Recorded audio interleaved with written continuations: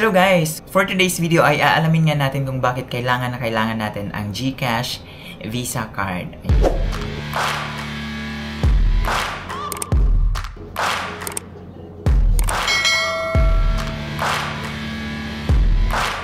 So ayan, kung bago ka pa lang sa channel ko, ako nga pala si Marlouie and nag-upload nga tayo ng mga tutorial videos para sa inyo. Ayan, so ngayon guys, aalamin natin kung bakit nga ba natin kailangan ang GCash Visa Card. Ano nga ba talaga itong Visa Card guys? At ano nga ba ang advantages kapag meron tayo nito at ano-ano nga ba ang mga features nito? Mga nagtatanong kung ano nga ba ang Visa Card. Okay, so ang GCash Visa Card is a prepaid debit card connected to your GCash account. It provides a secure way to store and access your funds, no? Offering added convenience and security features. Okay, so your name will be printed on your GCash card. So, ang Visa card po ni GCash ay isang debit card. So, lilinawin ko lang, magkaiba po yung debit at saka yung credit card. Okay? So, sa mga di po nakakaalam, ang debit card po, nakapaloob po na pera dito is yung mga savings natin. Like, for example, meron kayong bank account, pwede kayong mag-request ng debit card para anytime na kailangan nyo mag-withdraw ng funds, hindi nyo kailangan pumunta sa bangko. Na lang kayo pumunta sa mga ATMs. Yung credit card naman guys is ang pera na nakapaloob doon, on the other hand, is galing po sa bangko. Actually, hindi po talaga sa atin yon. Halimbawa, bibili kayo ng mga items like gadgets or mga office supplies or kahit ano na gusto nyo bilhin gamit ang credit card, kailangan nyo siyang bayaran. Meron siyang certain date para bayaran nyo. Hindi kayo naglalabas ng pera, yun yung credit card ang ikagamitin ninyo, which is galing sa bangko. So, pero meron lang siyang specific or certain date na kailangan bayaran kasi nga utang siya. Okay? I hope malinaw sa inyo lahat. Okay, so ano nga ba ang advantages kapag meron tayong GCash Visa Card? Okay, so with GCash Visa Card, you can manage your funds, no? With GCash app by linking your card to your GCash wallet balance. Ayan. So, ibig sabihin kung magkano yung laman ng GCash wallet ninyo, ayun din yung laman ng Visa card ninyo. You can pay at any of the 35.9 million merchants. So, galing, diba? In 210 countries and 150 currencies with your GCash card. Ayan. So, sobrang convenient ito para sa atin, lalo-lalo na kapag mahilig kayo mag-shopping online or kung mahilig kayo mag-travel kagaya ko, ayan. So, sobrang convenient gamitin siya dahil nga 150 currencies ang applicable dito sa Visa card na ito ng GCash na pwede nating bayaran or sa mga transaction natin, pwede nating bayaran yung 150 currencies. Okay, so ibig sabihin international siya guys, 'di ba? Galing, 'di ba? Withdraw cash from any affiliated BankNet ATMs nationwide. Ayan. So ito kasing Visa card ni GCash is affiliated siya sa BankNet. So kahit sa ang ATM nationwide na affiliated kay BankNet ay pwede tayong mag-withdraw ng funds. O, 'di ba convenient siya?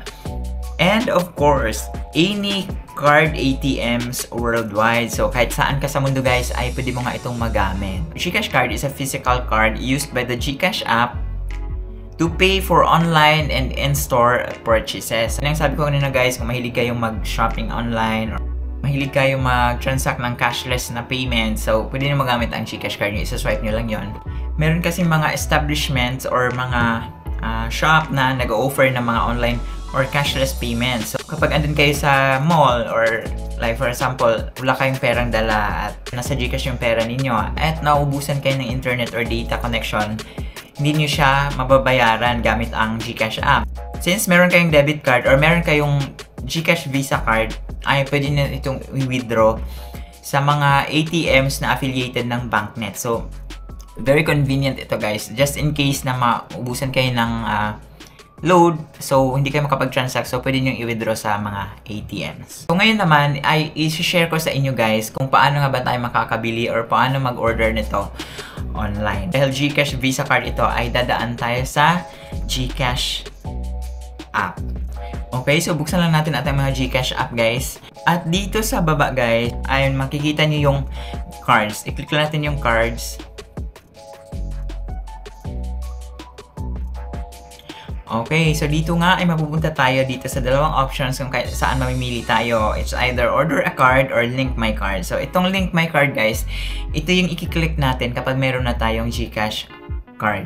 Okay, so since wala pa tayong GCash card at mag-order pa nga lang tayo, ay i-click natin ang order a card. Then, send me a card.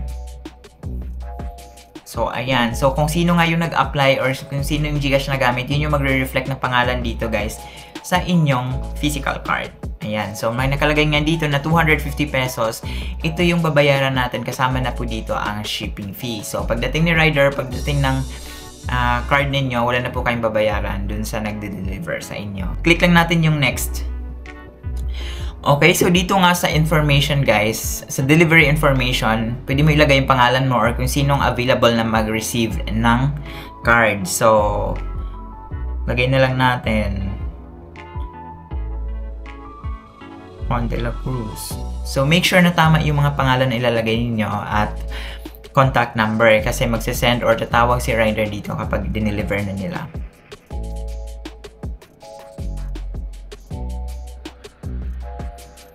And syempre yung delivery address dapat guys ay kumpleto.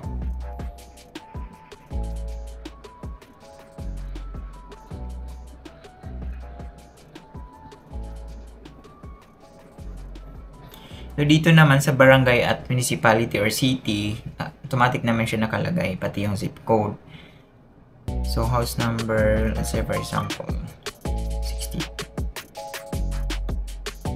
Landmark. So, landmark, lagay lang natin kung merong applicable sa inyo na school or ano ba, yung pangalan ng school. So, ilagay nyo dyan. Pero kung okay lang din naman, optional lang din naman yan. Okay, so next. So, ayun nga guys, i-review muna natin yung details bago natin i-confirm. So, ayun nga nakalagay ang card fee breakdown. Ang Gcash card is 185 pesos and meron siyang delivery fee na 65 pesos. Kaya ang total amount due is 250 pesos. So, yan lang yung babayaran nyo. Okay, click lang natin yung checkbox at i-confirm natin.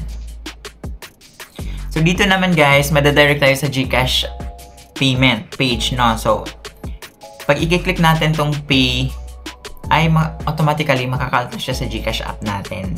So, ganun lang kabilis mag-order ng Gcash Visa card. So, I hope may natutunan kayo guys, and kung may mga comment kayo at meron kayong gustong malaman at gusto nyo gawa natin ng tutorial vlog or tutorial video, ay i-comment nyo lang guys para magawa natin pag may time tayo. Ayun lang. So once again, kung bago ka pa lang sa channel ko at kung may natutunan ka sa video natin, please don't forget to hit subscribe and click the notification bell para ma-notify kayo sa susunod na mag-update tayo or mag-upload tayo ng mga tutorial vlogs. Yun lang guys. Thank you so much for watching and keep safe everyone.